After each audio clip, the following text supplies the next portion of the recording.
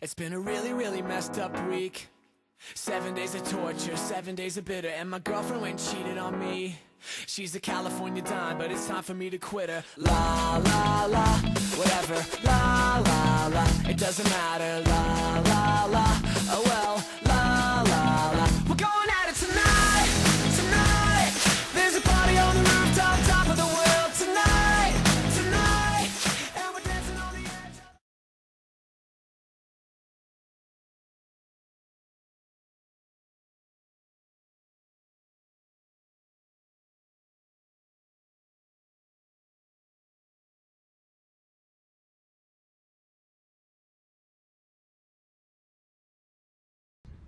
What, Lucius? Ho! I cannot by the progress of the stars give guess how near today. Lucius, I say! I would it were my fault to sleep so soundly. When, Lucius? When? Awake, I say! What, Lucius? How'd you say? Get me a taper and bring it to my study. And come get me when it's lighted. And also, It must be by his death. And for my part, I know no personal cause to spurn at him, in general. He would be crowned. How that might change his nature, there's the question. It is the bright day that brings forth the adder, and that craves wary walking. Crown him, that, and then, I grant, we put a sting in him, that at his will he may do danger with. The abuse of greatness is when it disjoins remorse from power, and to speak truth of Caesar, I have not known when his affections more than his reason, but 'tis a common proof that lowliness is young ambition's ladder, whereto the climber upward turns his face, but when he once attains the utmost round, he then to the ladder turns his back, looks in the clouds, scorning the base degrees by which he did ascend. So Caesar may. Then, lest he may, prevent, and since the quarrel will bear no color for the thing he is, fashion it thus, that what he is augmented would run to these and these extremities, and therefore think him as a serpent's egg, which hatched would grow as his kind, mischievous, and kill him in the shell.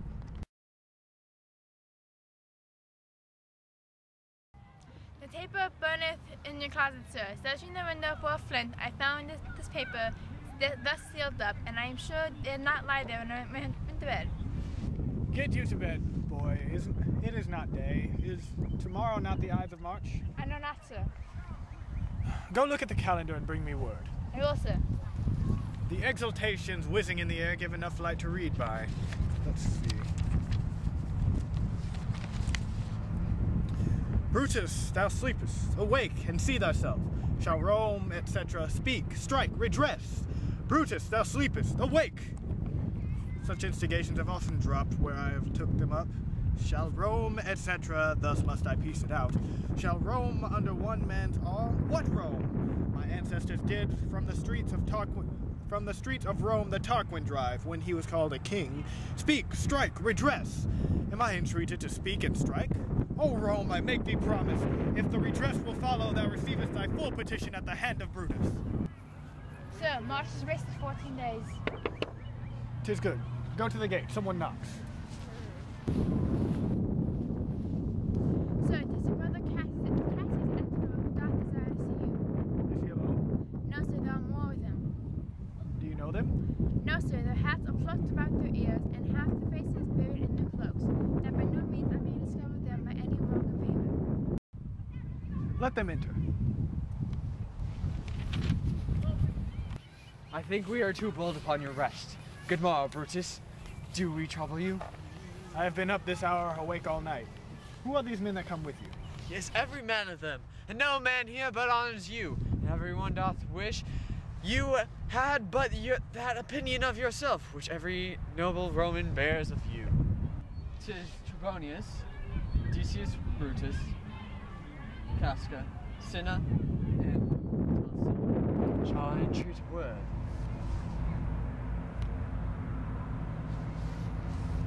Here lies the east. Doth not the day break here? No. Oh, pardon, ma'am, but it doth. And yon grey lines that fret the clouds are messengers of the day. Then let us swear our resolution. No, not an oath. If not the face of men, the sufferance of souls, the time of abuse. If these motives weak, break off betimes, and every man hence to his idle bed. So let high-sided tyranny rage on, till each man drop by lottery. But if these, as I'm sure they do, bear fire enough to kindle cowards and to steel with valor the melting spirits of women, then countrymen, what need we any spur but our own cause, to pick us to redress? What other bond than the secret Romans that have spoken the word, and will not palter? And what other oath than honesty to honesty engaged, that this shall be, or we will fall for it? Swear priests and cowards and men cautelous, old feeble carrions and such suffering souls that welcome wrongs unto bad causes swear, such creatures as men doubt, but do not stain the even virtue of our enterprise, nor the insuppressive metal of our spirits, to think that or our cause or our performance did need an oath. If every drop of blood that every Roman bears, and nobly bears, is guilty of a several bastardy, if he do not break the smallest particle of any promise that hath passed from him. But what of Cicero? Shall we sound him? I think he will stand strong with us. Shall no man else be touched but only Caesar? Decius well urged. I think it is not meant Mark Antony, so well beloved of Caesar, should outlive Caesar. We shall find of him a shrewd controver, and ye know his means. If he improve them, may we stretch so far as to annoy us all, which to prevent. Let Antony and Caesar fall together. Our course will seem too bloody, Caius Cassius, to cut the head off and then hack the limbs like wrath and death and envy afterwards. For Antony is but a limb of Caesar. Let us be sacrificers, but not butchers, Caius.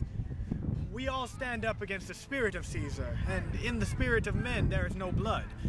Oh, that we could come by Caesar's spirit, and not dismember Caesar, but alas, Caesar must bleed for it. And gentle friend, let's kill him boldly, but not wrathfully.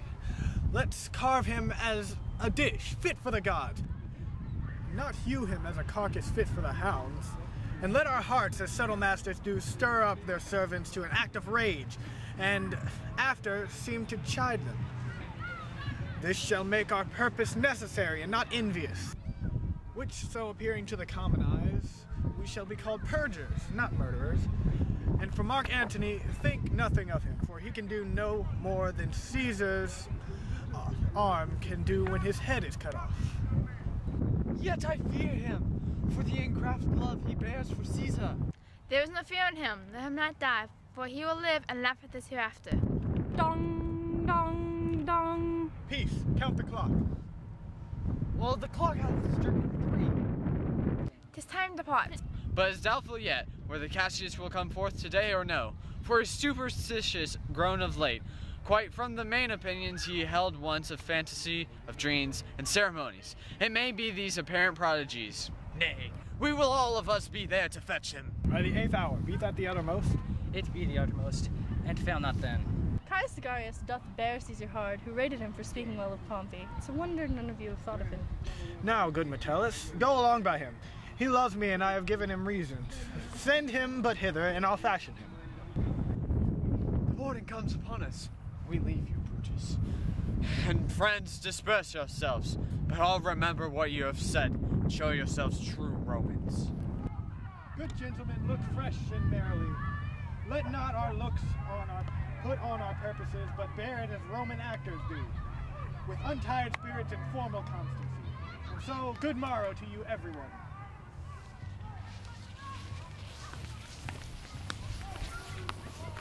Boy, Lucius, fast asleep. It's no matter. Enjoy the honey-heavy dews.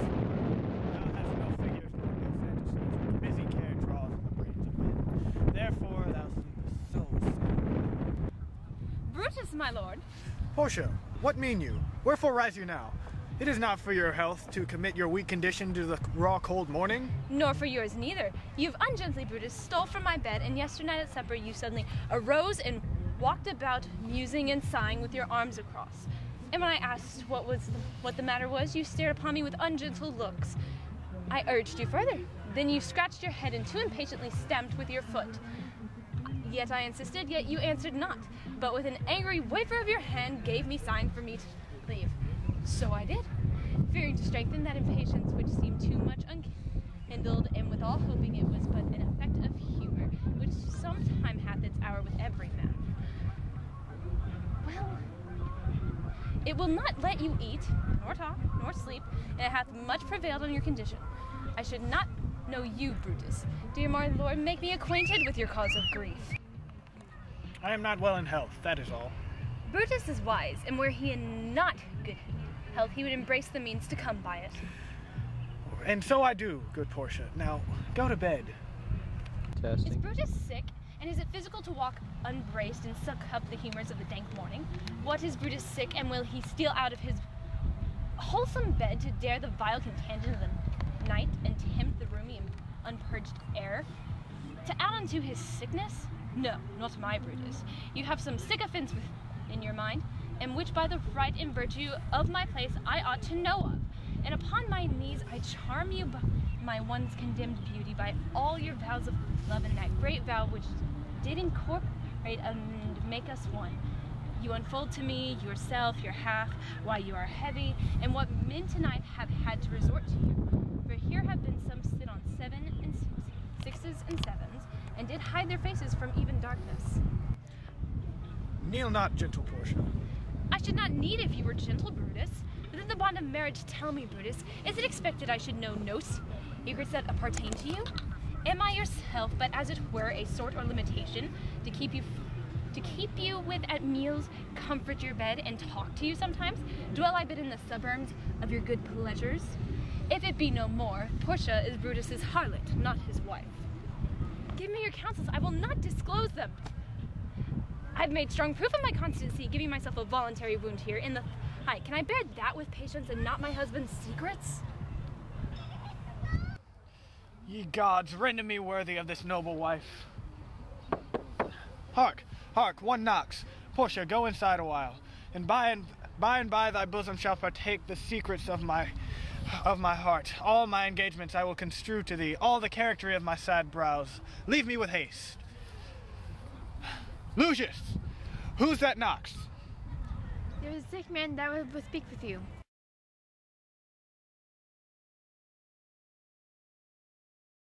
Vouchsafe good morrow from a feeble tongue. Oh, what a time you chose out, brave Caius, to wear a kerchief would you were not sick. I am not sick if Brutus have in hand any exploit worthy of thy name of honor. Such an exploit I have in hand, Ligarius, had you a healthful ear to hear of it. By all the gods the Romans bow before, I here discard my sickness, soul of Rome, brave son derived from honorable loins. Thou, like an exorcist, hast conjured up my mortified spirit. Now bid me run, and I will strive with things impossible, yea, get the better of them. What's to do? A piece of work that will make sick men whole. But are not some whole that we must make sick? That we must also. What is, my Caius? I shall unfold to thee, as we are going to whom it must be done. Set on your foot, and with a heart new fired I follow you, to do I know not what, but it sufficeth that Brutus leads me on. Follow me then.